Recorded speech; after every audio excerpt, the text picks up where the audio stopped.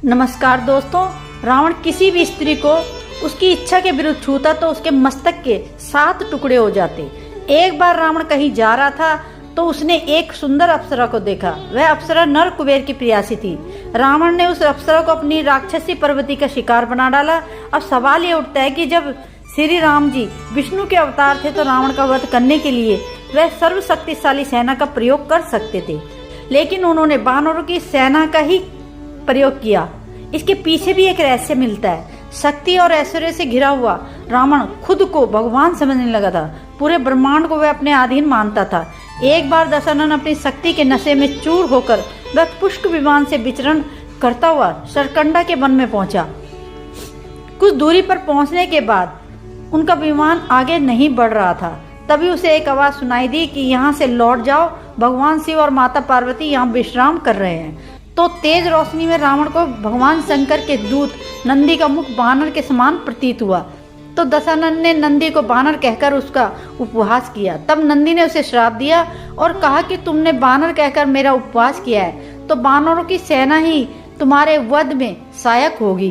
रावण ने सीता जी से कभी जबरदस्ती नहीं की।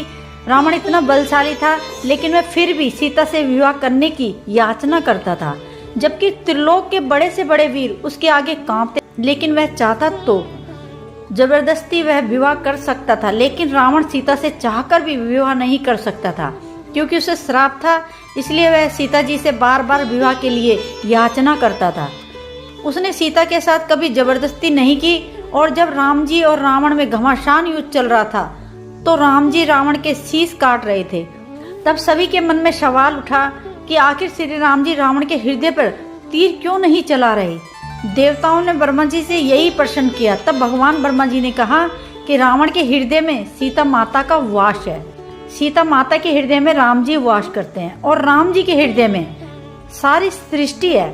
ऐसे में यदि राम जी रावण के हृदय पर तीर चलाते तो सारी सृष्टि नष्ट हो जाएगी। जैसे ही रावण के हृदय से सीता जी का ध्यान हटेगा, वैसे ही श्री राम जी रावण का संहार करेंगे।